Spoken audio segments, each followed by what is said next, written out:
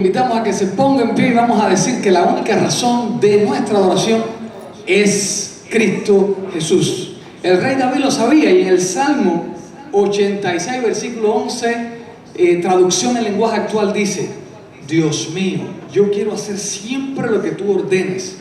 Enséñame a hacerlo. Pon en mí este único deseo, adorarte solo a ti. Así que vamos a decirle: Señor, eres tú la única razón de mi adoración, que sea así. En este cántico, mi hermano, dígaselo a Dios: Señor, ayúdame a que seas tú la única razón de mi adoración.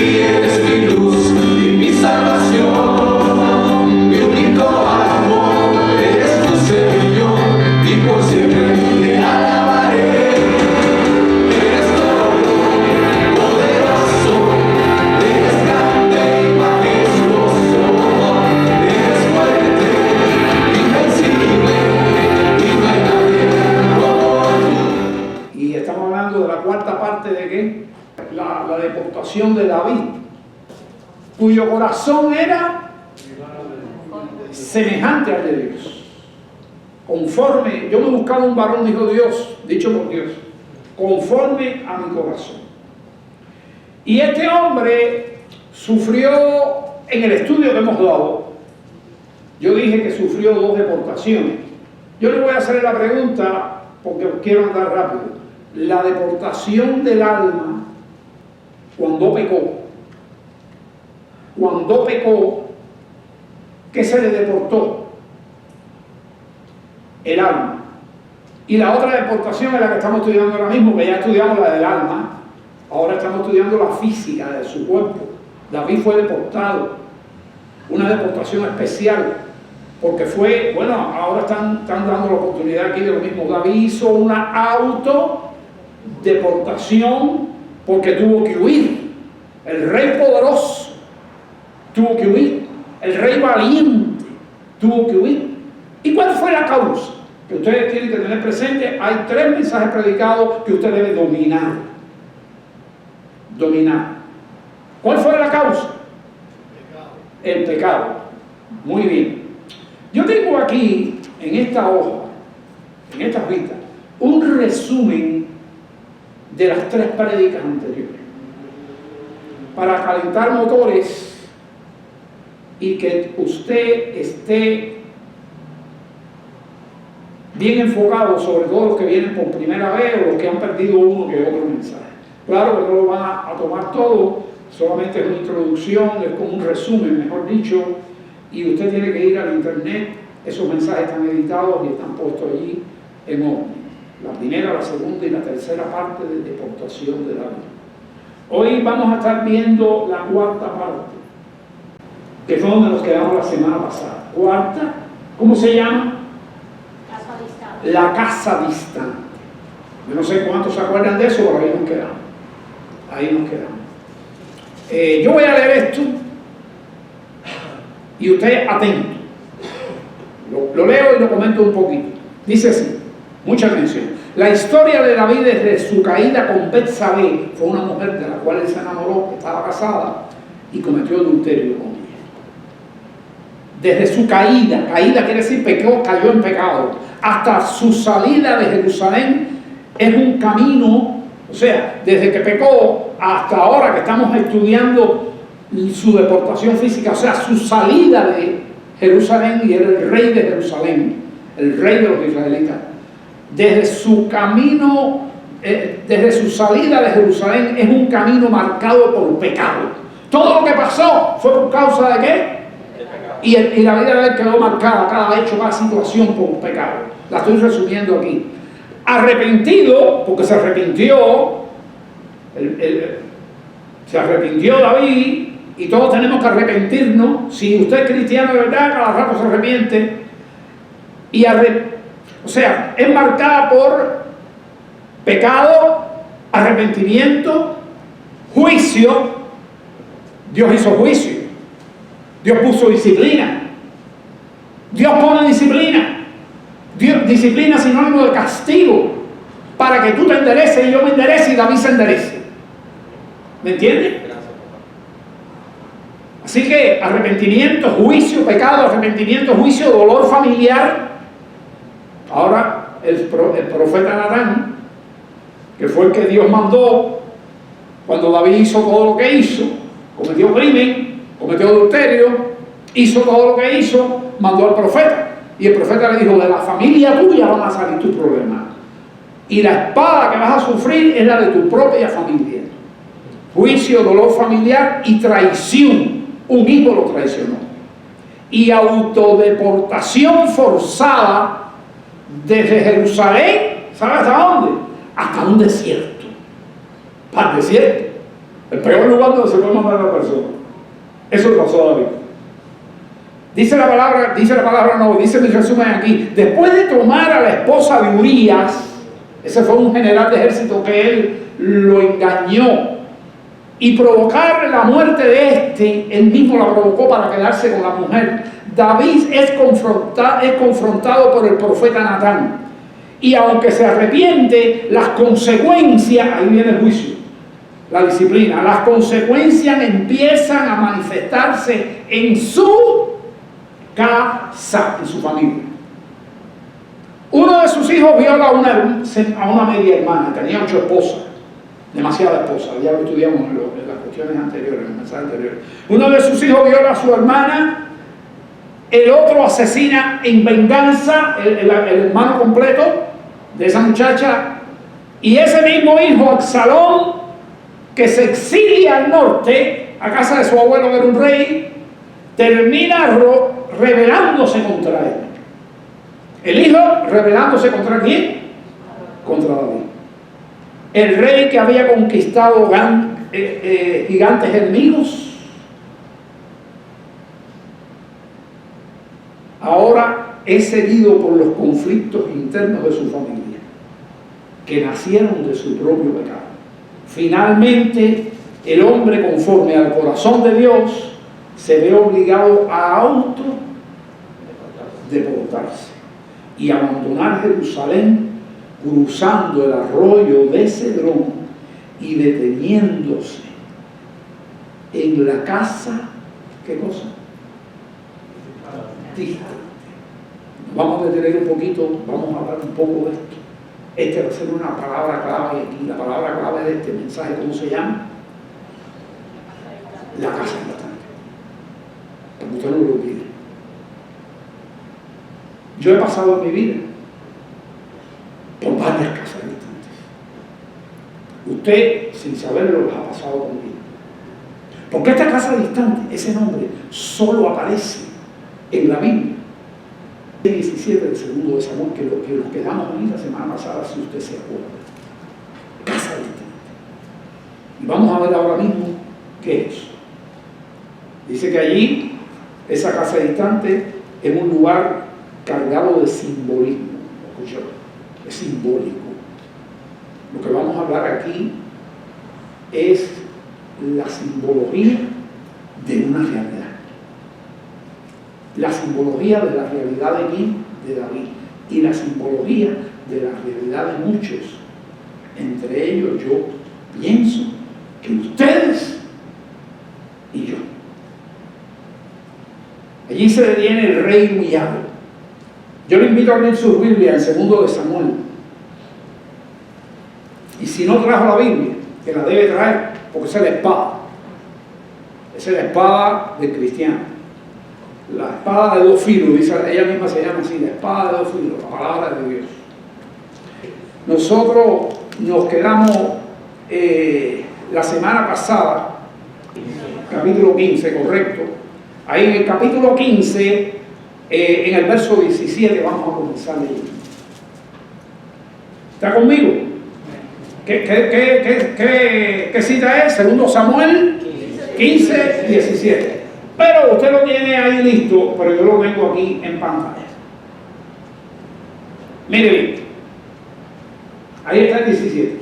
Salió, ya David está en la puerta de Jerusalén. Salió por la puerta oriental. Habían varias puertas en Jerusalén. Él sale por la puerta oriental. Salió pues el rey. ¿Qué dice? Con todo el pueblo que es muy importante. No hay palabra en la Biblia desperdiciada. Yo les recomiendo que miren la pantalla. Salió pues el rey con todo el pueblo que le seguía. Eso es importante. Y se detuvieron en un lugar distante. Muchas Biblias modernas no le llaman casa distante, sino lugar distante. Pero la traducción del hebreo, literalmente, ¿qué cosa es? Aquí está el hebreo, ustedes lo conocen, ni yo tampoco, pero los que saben sí, ¿qué quiere decir? Casa, ¿qué? Distante. Ese hebreo llevado a una transliteración, es cuando usted no es que traduzca, es que lleva esa palabra al inglés o al español para que se pueda leer, pronunciar de esa manera, pero nunca vamos a pronunciar esta. Dice Beit Hat Merhak, transliterado. Transliterado quiere decir, ¿qué cosa? Casa distante. Y las Biblias modernas traducen, como yo le pregunté la semana pasada, sus Biblias decían todas, lugar distante. El único lugar donde se menciona eso en la Biblia es aquí. Yo voy hoy, ahora tú tienes que ser todo atención. Y voy a hablar para que el Espíritu me llene a mí y lo llene a usted. Y usted pueda vivir lo que hablamos el miércoles aquí, que hay gente que no lo vive. Mucha gente que no lo vive en el pueblo de Dios, que como Jesús termina mucho de su discurso. Y el que tiene oído, que oiga. Y la mayoría de los cristianos no saben qué quiere decir eso. Y se están enterando de ello. El que tiene oído, que oiga. Así que voy a leer, traté de hacer una explicación, una definición de lo que es que casa distante. Bien, buena atención. Y vamos a ver. Empiezo. Voy a hablar. Padre, otra vez te pido que tú me llenes de tu presencia para explicar esto. Y a mis hermanos, para que estén atentos. Como María, la hermana de Marta y de Lázaro, una vez estuvo atenta, o muchas veces estuvo atenta a ti. Y tú la reconociste por eso. Gracias, Señor, en el nombre de Jesús. Amén. Siendo una casa, porque es una casa, aquello era una casa, ¿no? Aquello era, ¿qué cosa? Una casa. Esa casa estaba ya fuera de Jerusalén. Quizás no se puede saber exactamente el lugar, o mejor dicho, más o menos se sabe el lugar, pero no se puede saber la distancia. 1 kilómetro, 2 kilómetros. Cerquita, pero ya estaba, ¿qué cosa? Fuera. Y de las cosas, de las casas de Jerusalén, ¿esa era la qué? La más distante. Porque había un espacio. ¿Por qué esa casa? Porque David recibe a Judá. Si usted se lee el contexto, que ya lo leímos ya lo leímos y ya lo estudiamos y ya lo predicamos aquí. La semana pasada, David está apurado porque le dieron la noticia y dice, ya viene Absalón con todo un ejército, se ha declarado rey y mucho pueblo de aquí de Jerusalén está con él. ¿Traicionando a quién? A David. Entonces David oyó eso, la peor noticia que le dieron en su vida. Yo creo, hubieron otras malas también con las muertes de sus hijos, pero esta, arriba de la muerte de sus hijos, esa noticia, su propio hijo lo traiciona, no solo mató a un hermano, sino que este mismo hijo ahora, ¿qué cosa? Lo traiciona y se declara rey. Y viene con un ejército, y mucha gente se le pegó. Él trabajó eso por detrás del padre. En una misericordia que tuvo el padre con él, él no la aprovechó, lo que hizo fue traicionar, esa es la palabra más correcta. Y entonces está apurado, le dice a la gente, nos vamos, hay que irse. ¿Y sabe por qué quería irse apurado? No tanto por él. Se va a formar una guerra aquí y va a morir mucha gente de esta ciudad. Y él no quería que nadie padeciera. ¿Por quién? Por culpa de él. Y le dice, nos vamos de aquí. Y entonces salieron ahí gente que él no sabía ni organizó un poco aquello allí, ya todo eso lo expliqué, y salió. Y llegó allí, ¿a dónde llegó? A la casa de esta. Ahora yo estoy tratando aquí de explicar qué significa esto para que usted vea la simbología de esto. Siendo una casa, más bien se presenta como un umbral. ¿Sabe lo que es un umbral? De la puerta para allá está el lobby y de la puerta para acá está el templo este. La puerta esa, ese espacio, eso es un umbral entre un lugar y otro. La casa, ahora esto figurado, ahora esto simbólico, más bien representa como un umbral geográfico e espiritual. Y es un punto geográfico y no necesariamente una casa.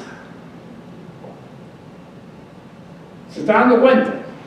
Puede haber una casa en tu umbral y en el mío, y muchas veces hay una casa. En el caso mío, todas mis casas distantes fueron casas literales. Claro, pero es algo que está pasando en tu alma, en tu interior. ¿Y por causa de qué? Del pecado. Tiene que tener claridad eso. Entonces, es una casa más bien que se presenta como un umbral geográfico espiritual, quiere decir que es un lugar. Casa o no, es un lugar. En el caso de David hubo una casa. Voy a poner después un ejemplo más adelante de otra persona bíblica que no era una casa. Es un espacio de transición cargado de simbolismo. Quiere decir que llega a esa casa y en el caso de David no llegó a 24 horas. A lo mejor estuvo 6, 8, 10, no se sabe. Pero un día no estuvo. Bíblicamente se puede probar, aunque la Biblia no lo dice, que allí él, porque estaba jurado, porque ¿quién venía? Su hijo. Como un guerrero para matar y para destruir a Jerusalén. Bueno, pues él, aquí está, un espacio de transición cargado de simbolismo. Pero cuando estamos en nuestra casa distante, es lo mismo. Es lo mismo. La casa distante es ese punto intermedio. El umbral, en el caso de David, entre la gloria pasada y el quebranto presente. En un cristiano que ha tenido momentos tan lindos en su vida, ¿me está oyendo? En un cristiano que ha tenido momentos lindos en su vida. Tú has tenido, Solange, momentos lindos en tu vida cristiana, ¿verdad? Bueno, pues es el umbral entre la gloria pasada, esos momentos lindos, en el caso de David era glorioso, y el qué, y el quebranto presente que produce ¿qué? El pecado cuando tú te arrepientes. Es una pausa sagrada Lo de David fue una pausa. ¿Una pausa de cosa es? Se paró. Va a ir para el desierto, pero ¿qué hace allí? A 1 kilómetro o a 2, se para. Y para él fue ¿qué cosa? Una pausa sagrada. ¿Para qué? Para reflexionar, para llorar y discernir. Disfruta esto, atento. Donde el alma decide en ese momento entre hundirse ¿o qué? O rendirse a Dios. That's it. Eso es todo. Allí se arrodilla y ora para esperar si el quebranto será final o el principio de la restauración. Si ese quebranto será el final o qué, o el principio de una restauración. Es el punto más bajo, aún rodeado de deslealtad. Claro, su hijo lo está traicionando y un pueblo atrás, ¿qué cosa lo hizo? También lo traicionó. David no está solo. Eso está también, ahí él comprueba eso, y nosotros también. David no está solo. Muchos van a caminar con él. Dios preserva. ¿Qué cosa? Un remanente. Así comienza el sendero de ¿qué? De la restauración. Un sendero difícil. Difícil que lo vamos a ver ahora. Difícil. Ese es el problema del pecado de nosotros. Ese es el problema del pecado de nosotros. ¿Serio? Vamos entonces a ver. ¿Tiene la Biblia abierta? Dice: salió pues el rey con todo el pueblo que le seguía. Yo dije que este era un qué importante. Mire, quiere decir que había una parte del pueblo que fue ¿qué? Fiel. Una parte y no viene una parte. Ajá, este que está aquí ahora, una parte del pueblo que ¿qué? Ese es el pueblo fiel. No sabemos qué cantidad. Yo estuve investigando por aquí, por allá, la gente que los estudiosos que les gusta estudiar y creen que al final gente del pueblo, gente pegada, se unieron alrededor de 3.000 a 5.000. Él no lo sabía, él salió y al lado de él un montón de gente que él no sabía quién eran. Ni sabe quién lo traicionó, ni quién. Se va a enterar en el camino. Se va a enterar cuando llegue al final, al desierto. Pero ahora ya vienen a hablar. ¿Ok? Entonces, está conmigo en el 17, ¿verdad? Dice, el 18, está con el 18, y todos sus siervos, la gente que les servía a todos, pasaban a su lado. Quiere decir que todo siervo de David se quedó con él. Y eso en la casa, eso lo comprueba el mundo. ¿Dónde lo comprueba? En la casa de Cristo. Todos mis siervos están conmigo. Con todos, y hay una lista de gente interesante. Con todo lo que dice, los cereteos y peleteos, cosas que usted pasa por arriba, pero no la va a pasar hoy, y le va a quedar para toda su vida ahí. Todos los cereteos y peleteos y todos los gueteos, 600 hombres. Dentro de aquellos 2.000 o 3.000 o 5.000 estaban estos. Aquellos 600 hombres que habían venido a pie desde Gat. Gat es una ciudad filistea. ¡Wow! ¿Quién eran los filisteos? Enemigos de David. En una vez no fueron enemigos. Usted, si usted se mete en la historia bíblica y domina la Biblia, usted sabe que antes de David ser rey, fue perseguido por Saúl. Y uno de los lugares donde él se refugió fue en las regiones donde estaban los filisteos. Y se convirtió hasta en un soldado filisteo. Lo único que nunca ejerció así de matar gente, enemigos de filisteo. Eso está interesante, eso está bonito. Y los filisteos lo quisieron porque era un gran guerrero David. Y sabían la fama que tenía. Y sabían que estaba huyendo. Y lo recibieron. Y parece que ese David, hizo un impacto en la vida de muchos filisteos como israelitas. ¿Hablándole de quién? Este ya es mi deducción, no está en la Biblia. ¿Hablándole de quién? De Dios. Y cuando le decían, ¿y cómo ganaste al gigante filisteo? Los propios filisteos decían, le gané. No le gané yo, ¿le ganó quién? Por lógica hay que creer así. Y de pronto tiene este masacote de gente filistea ahí, guerreros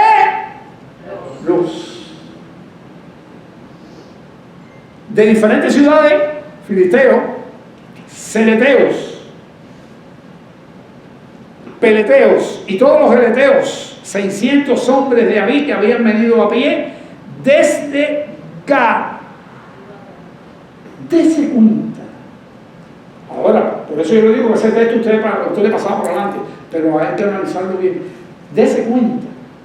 ¿Quiénes son los filisteos? Son igual que tú. ¿Qué son? Dígalo, no tenga miedo. No, pecadores eran todos. Gentiles de aquella época, no eran del pueblo de Israel. ¿Y nosotros qué somos? Esa gente que seguía a David y que seguía, ahora si estaban allí, porque seguían también aquí al Dios de David.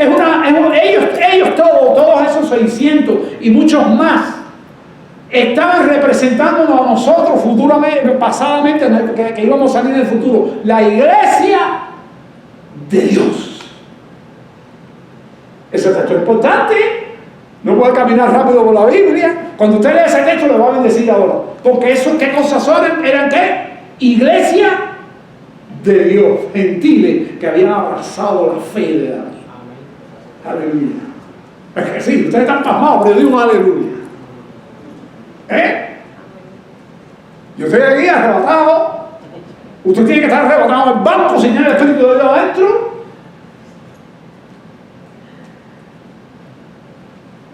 Y mire aquí lo que dice. Y dijo el rey a Itai, otro filisteo que estaba ahí. Este era Geteo. ¿Para qué vienes tú también con nosotros? Se quedó. ¿Dónde ocurrió eso? Porque tiene que estar el valor de este mensaje, que eso no está ocurriendo. En la casa, ¿qué cosa? Distante.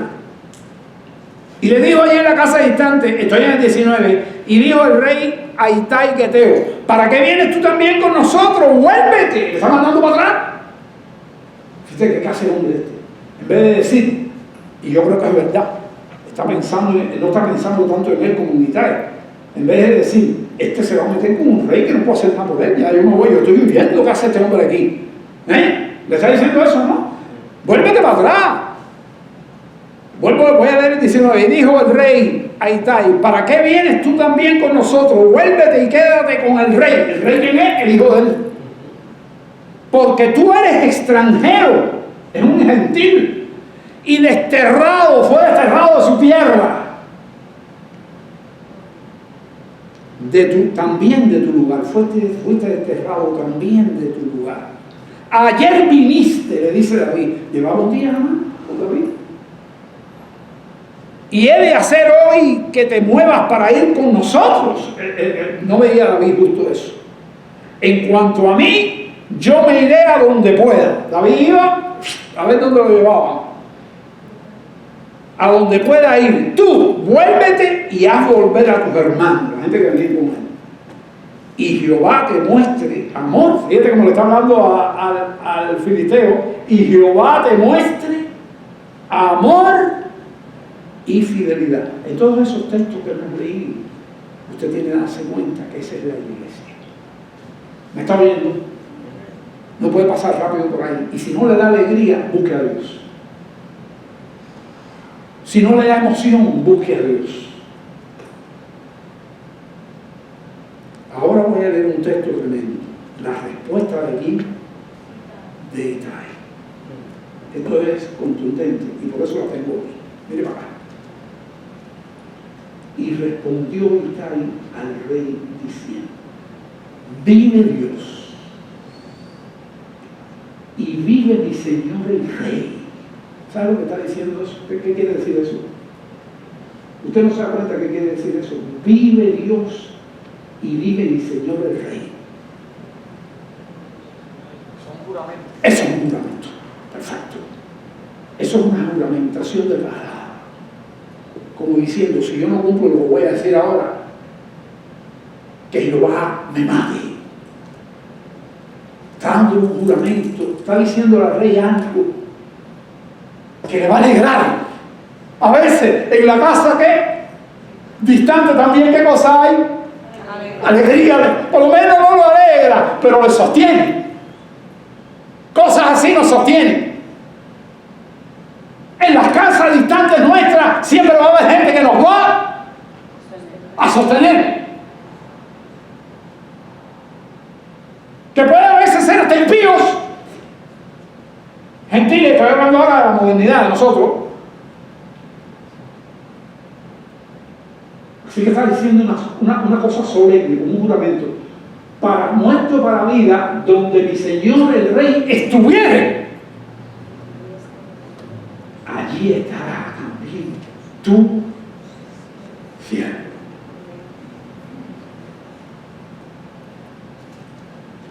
Wow. Entonces David dijo: ven, no quedó otra, ¿verdad? Ven, pues, y pasa. Y pasó Itai Geteo con todos sus hombres y todas sus familias.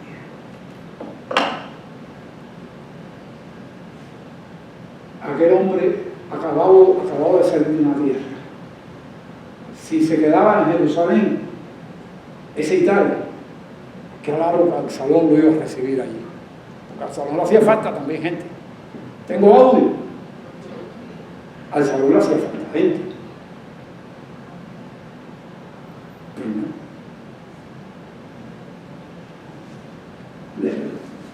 Vive el Señor el Rey, vive Dios y vive mi Señor el Rey, que para muerte o para vida, donde mi Señor el Rey estuviera, allí estaré también tu siervo. Hermano, ¿usted está dispuesto a hacer eso por Jesús? Amén. Y se hizo un amén fácil, pero cuando llegue el momento, que en algún momento va a llegar, acuérdese de esto. No estamos en tiempo de juego. Puedes tú decir a Dios en un momento como este, donde es la vida y la muerte, lo que está, una declaración solemne de tu boca. ¿Podrá? Yo le pido a Dios que me ayude.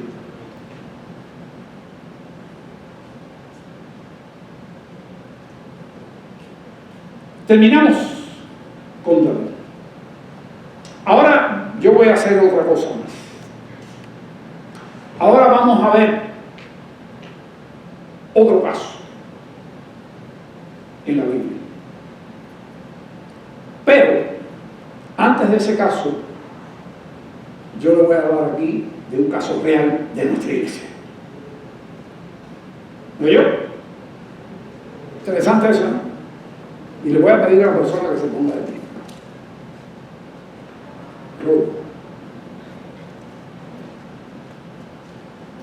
Ahí tienes un Itai. ¿Entiendes? ¿Entiendes? Estas hermanas, cuando venían en su trayecto, como han venido muchísimo, la mayoría de la gente, no venía por la fe cristiana de su corazón. Venía con una fe, pudiéramos llamar filistea o de cualquier otro tipo. Pero estaba en la santería, en la brujería. Y hizo un rito profundo en Cuba, que algunos lo van a conocer, pero lo van a oír. Yo no lo conozco, solo lo oí. Se rayó el palo. Si no sabe lo que es, yo no lo puedo explicar eso. O ni sé exactamente lo que es. Era como un tipo de rito para lograr algo difícil. ¿Y qué cosa era lo difícil? Cuando ella ya estaba en medio de la cuestión, ella vio que todo se le puso malo, y se adoptó que ella no había hecho algo que tenía que hacer cuando se rayaba el mar. Y era dedicarle unas comidas, y unas ofrendas, y unas cosas a unos ídolos, o algo. Y enseguida avisó, y su mamá lo hizo. Y cuando su mamá lo hizo, en ese día, o al otro día, fue lo peor de la cruzada. Le asaltaron y le quitaron todo el dinero que tenía para enfrentar eso.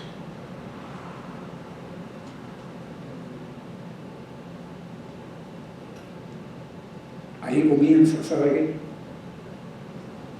Una casa distante. Por allá, no sé quién, no sé si de niña, o no le pregunté eso, escuchó hablar de quién. Y de Dios ha escuchado hablar todo el mundo. ¿Que hay un Dios dónde? En los cielos.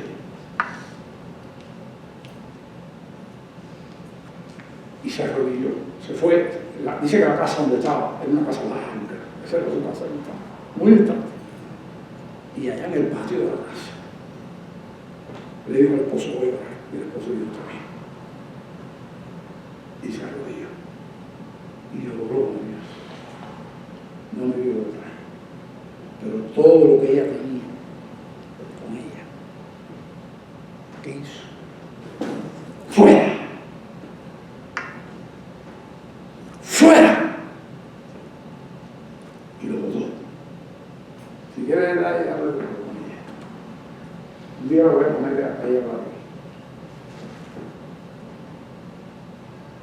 Y ese mismo día, después de hacer eso, o al otro día, no tengo muy claro, ella hizo una llamada telefónica porque le hacía falta recuperar lo que le habían robado, quién se lo daba. Le mandó eso para allá a su mamá, la pobre, la que había hecho qué cosa, la comida, y ahora tenía que buscar plata. Y sabe cómo se busca, ¿no? Pidiendo con deuda. Y la llamó la mamá, rápido. Oye, ya está, ya lo tengo ya. Y por ahí pasó, y pasaron milagros, y pasaron milagros, y pasaron milagros. Y llegó aquí. Hay más detalles que yo no puedo escribir. Pero ahí ella estuvo. ¿Qué se hace en la casa de estante? Se ora, se ve la diferencia entre el pasado y el presente ahora, que es terrible. Pero se encomendó aquí.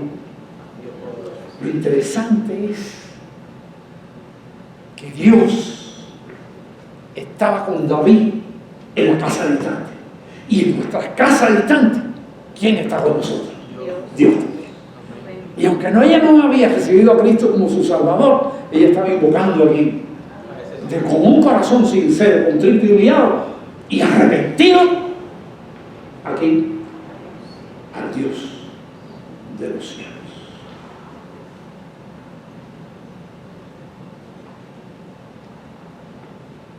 Y cuando llega aquí, yo he encontrado una de las personas más, no estoy hablando de perfecta, bien imperfecta. Ella conoce sus imperfecciones y yo conozco un poco también, Ninguno de nosotros es perfecto, pero si yo he visto una discípula y pregunto a la madre que de verdad le importe y le interese el discipulado, esa gente, a eso para mí es una gente. Es un gozo poder discipular. ¿Cuántos casos hemos visto de casados? ¿Cuántos? 2. ¿Rodo de quién? Y de 125 años antes de David. Ahora tenemos que ir marcha atrás. En los Jueces había una familia que deja Jerusalén porque había mucha hambre y se van para Moabita. Una familia israelita de Jerusalén, de donde mismo estaba David, pero todavía David, esto ocurre ¿cuántos años? Antes, alrededor de 125 años antes. No se sabe exactamente, pero se saca un cálculo. Alrededor de 125 años antes, una familia está como muchos que migran por hambre.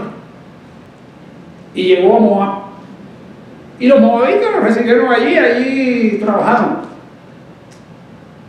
Y vamos a empezar a escuchar ahora, Junaid va a hacer una lectura, que yo no quiero que usted la lectura de la Biblia, pero yo la voy a ir comentando, para que usted no se lo pierda. Ahora, usted tiene que estar, ¿qué cosa? Atento. A ver, que sí que vamos a entender, estamos en Ruth capítulo 1. Primer capítulo. Vamos a leer solamente algunos versículos. Ruth y Noemí.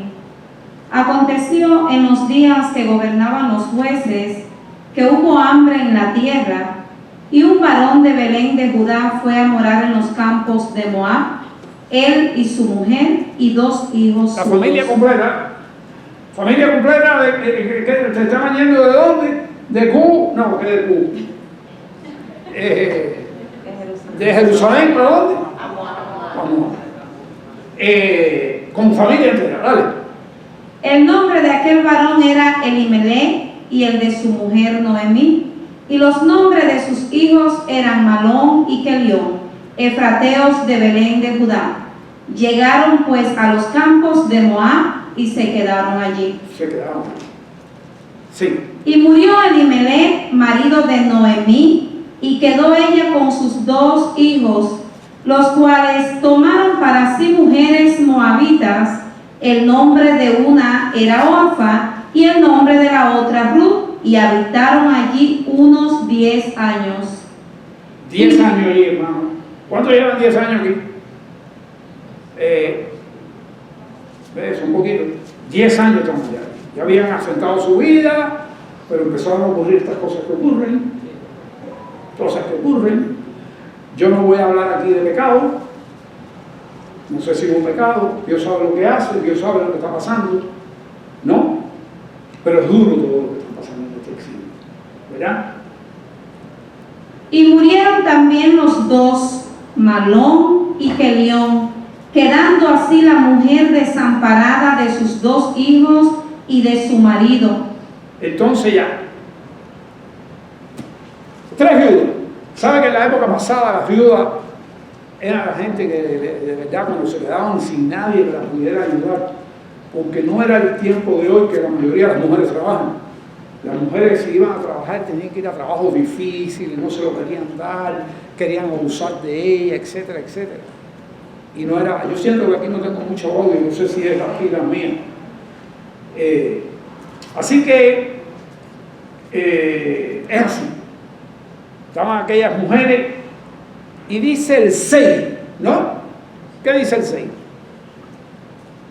Entonces se levantó con sus nueras y regresó de los campos de Moab, porque oyó en el campo de Moab que Jehová había visitado a su pueblo para darles pan. Allá, Belén, la casa del pan. En la casa del pan volvió ¿qué cosa? El pan que no había. Y ella dijo, bueno, para allá me voy. Lo que pasa es que ahora no tenía familia, era una viuda y hermano, y todo lo que tenía allá, ella no sabía lo que había perdido. Si tenía la casa allí todavía, no sabía si era una casa abandonada, porque estaba abandonada. Ellos subieron más, no saben si alguien la agarró, ok, para allá, pero es la única solución que tenía. Salió pues del lugar donde había estado y con ella sus dos nueras. Ya salieron de Moab. ¿Estamos claros? Sí. Y comenzaron a caminar para volverse a la tierra de Judá. Y Noemí dijo a sus dos nueras. Bueno, ahí llegaron dos. ¿Ya están fuera de Moab? ¿A dónde llegaron?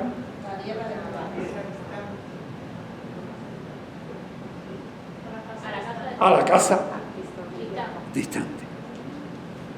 Yo dije que es una casa, en la definición que les di, que ustedes la van a tener en internet y la van a estudiar, dice, es una casa, pero más bien es un punto geográfico. No tiene que haber casa. Generalmente hay una casa, pero no tiene que haber casa. En el caso de esta, me ilustra mucho porque me ilustra que no tiene que haber una casa. ¿Eso fue dónde ocurrió el proceso? En el camino.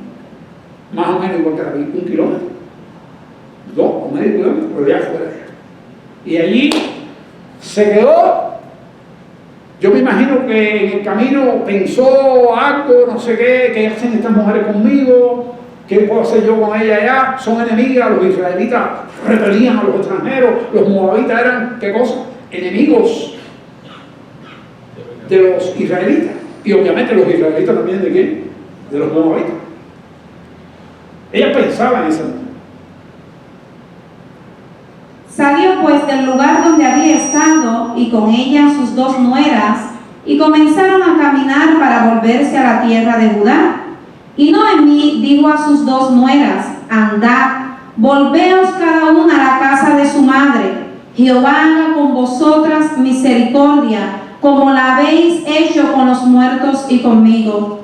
Os conceda Jehová que halléis descanso, cada una en casa de su marido. Luego las besó y ellas alzaron su voz y lloraron. Ella está, ¿dónde está Noemí? ¿Por qué tiene miedo de decirlo? En la casa distante. Allí se pararon, allí están hablando. ¿Y qué hicieron estas dos mujeres? ¿Qué hicieron? No lo oigo. Besaron a Noemí y lloraron. Hay amor. Eso era, dice, se van a ir, pero me besaron. Pero cuando la besaron, ¿qué continúa diciendo? Y le dijeron: ciertamente nosotras iremos contigo a tu pueblo. Y Noemí respondió: volveos, hijas mías, ¿para qué habéis de ir conmigo? Esto no es igual que Isaías y David. ¿Qué tú haces aquí si tú llegaste ayer? Mira para atrás. Mira para atrás. Y se lo dieron, se lo repitió David. Y esta es lo mismo, se lo está ¿qué? Repitiendo. Pero Dios en esa casa distante con Noemí, en este caso, porque todas las casas distantes de cada uno de nosotros son diferentes, cada una es diferente, Dios quería demostrarle a Noemí que Él estaba con ella, aunque no se viera. Dios está con su pueblo, aunque no se vea. Así prediqué yo hace un mensaje mucho tiempo aquí. Dios está con su pueblo, aunque no se vea.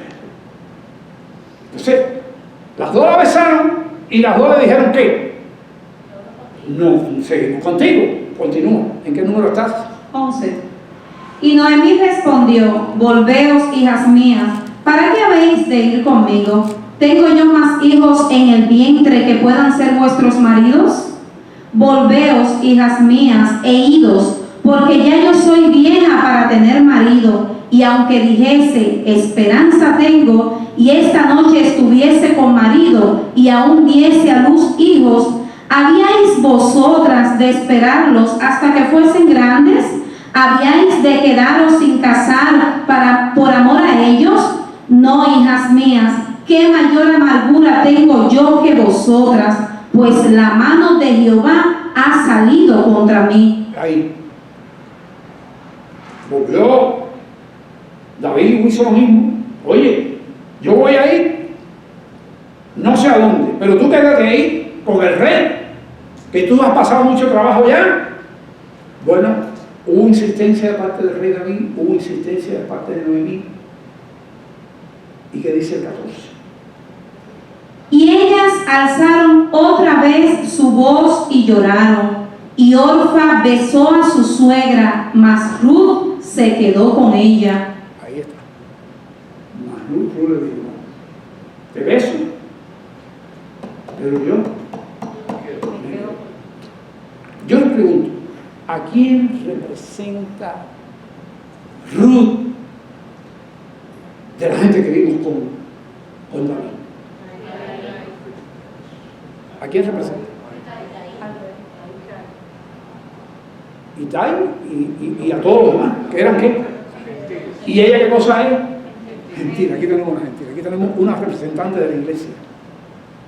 Gentiles creyendo en el pueblo de Israel. Hermano, la Biblia es profunda. Y si usted tiene el Espíritu de Dios, tiene que saborearla, porque la Biblia solamente se saborea con el Espíritu de Dios. El Espíritu es el que nos enseña todas las cosas. Ahora te quedaste en el 15. Y yo tengo la respuesta aquí de Ruth. Respondió: Ruth, no me ruegues que te deje. Este es el Itai, de aquí. No me ruegues que te deje y me aparte de ti, porque donde quieras que tú fueres, iré yo. ¿No se parece lo que está hablando con el hombre? Es un paralelo que tenemos que hacer. Porque donde quiera que tú fueras, iré yo, y donde quiera que vivieres, viviré. Tu pueblo será mi pueblo, y tu Dios será mi Dios.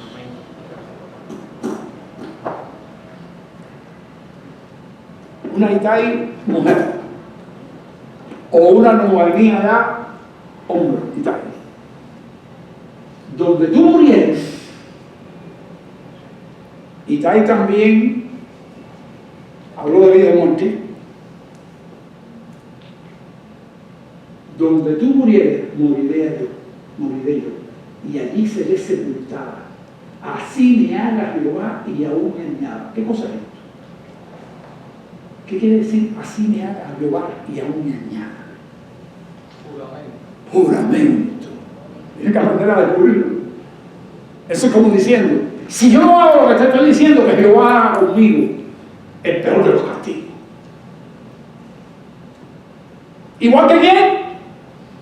¿Cómo lo dijo Itai? ¿Cómo lo dijo Itai? Vive el Señor. Vive Dios y vive mi Señor el Rey. ¿Y cómo lo dijo Ruth?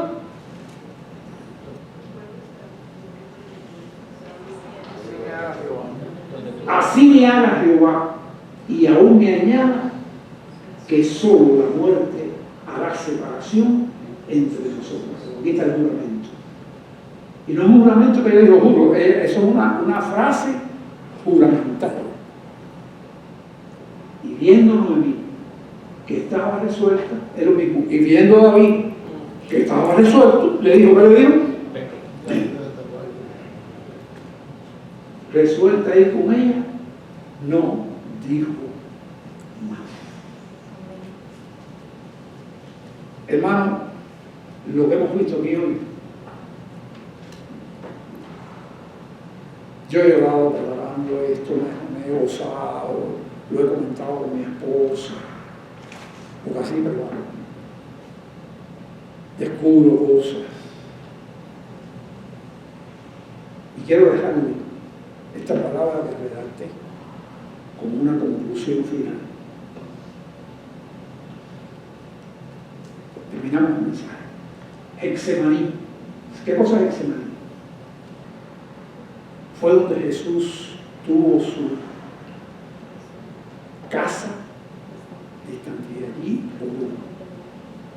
sudó sangre y dijo, pasa de mí esta copa, pero no como yo quiero, sino como tú.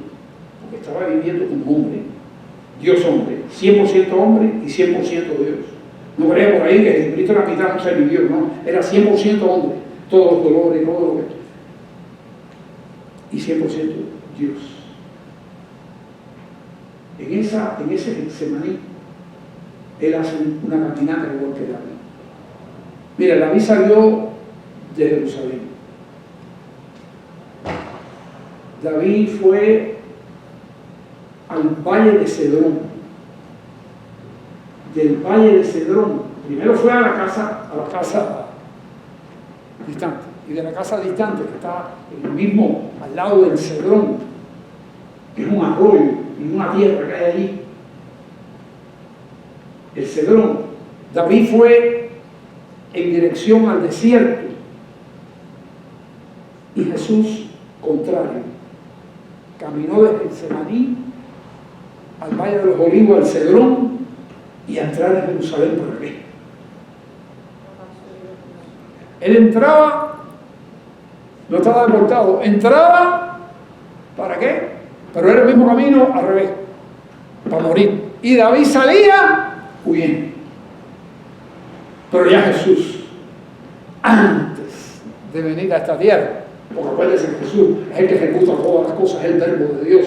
En el Antiguo Testamento siempre se lo recuerdo, en la zarza ardiente de Moisés, el que estaba hablando con allí, era aquí Jesús. No el cuerpo humanado, sino el verbo de Dios. El verbo de Dios, que en el principio era el verbo de Dios y estaba con Dios y era Dios en la eternidad. Y vino después y se hizo carne. Pero allí era el verbo de Dios y con David era el verbo de Dios al lado de él. Y hago esto porque hago un énfasis en Jesús. En este país tenemos que hacer énfasis en Jesús. En todos lados. Pero en este país cualquiera cree en Dios como cualquier cosa. Y cuando usted va a hablar de Dios, hable de Jesús. Si no, no se sabe de lo que está hablando. A no ser que diga Jehová. Y si dice Jehová, también tiene que hablar ¿qué? De Jesús. Entonces, Getsemaní es la falda del monte de los Olivos, justo al este de Jerusalén, al otro lado del valle de Cedrón. Allí fue la casa distante de Jesús. Allí comenzó una ruta, después que oró, una ruta parecida a la de David, pero en sentido contrario para entrar en Jerusalén. Que como rey y Dios, él era allí, estaba entrando ¿quién allí? El rey y Dios iba a dar su vida por nosotros en la cruz y la dio, pero con una diferencia de victoria rotunda, resucitado al tercer día. Hoy Él está con nosotros en nuestras casas distantes. Y yo les puse otro ejemplo de casa distante para que usted descubra que ha venido en su vida y se dé cuenta un día cuando usted está en una casa distante. Porque le va a hacer falta, le aseguro que al 100% de las personas que están aquí, no al 99.9, al 100% de los que están aquí, a no ser que sea un partido que esté aquí que no esté oyendo, le va a hacer falta esto. Hoy Él está con nosotros en nuestras casas distantes, todo el día entero está con nosotros. Pero cuando parece que no está, porque en las casas distantes dice, ¿dónde está Dios? Ahí tenemos que acordarnos, en las casas distantes, que es el umbral entre la gloria y el quebranto y la oscuridad. Ahí tenemos que darnos cuenta que Él está. Hoy Él está con nosotros en nuestras casas distantes, acompañándonos con otros muchos hermanos que Él pone a nuestra disposición. Rápido. Vini y yo tuvimos una casa distante en Houston cuando llegamos a este país. Muchos de ustedes conocen, otros menos.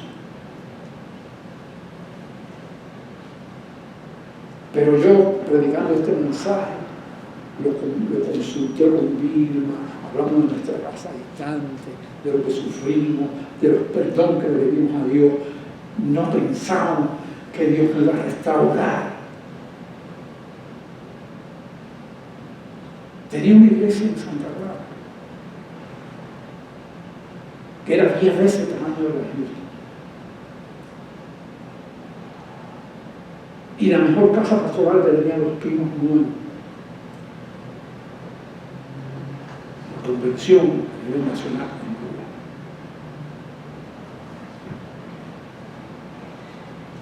Y me moví con un carro bello. Y tenía un cargo en la convención alto.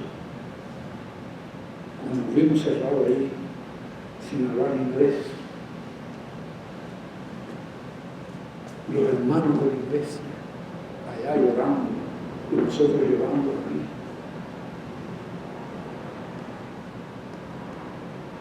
Fue una casa. ¿Qué cosa? Y no voy a hacer la historia, pero es precioso. Hoy Él está con nosotros en nuestras casas, acompañándonos con otros muchos hermanos, que eso fue lo que me pasó en Cristo, que hasta me manejaban. No podía manejar y no tenía carro. Y cuando me regalaron un carro, porque estaba eso pasó en la casa de distante, tampoco lo podía manejar porque todavía no lo iba a hacer. Hasta que me llegaron. Hoy Él está con nosotros en nuestras casas, acompañándonos con otros muchos hermanos que Él pone a nuestra disposición. Y tenemos que también ser la iglesia, gente, ser gente que estamos dispuestos a ayudar a la gente que está en una casa distante. No solamente en la casa distante, sino en todo el caminar nuestro de iglesia. Vamos a orar, hermano. Espero que usted haya sido bendecido y este mensaje ha dado a su corazón y a su alma. Damos gracias, Señor, por el La única razón de mi adoración.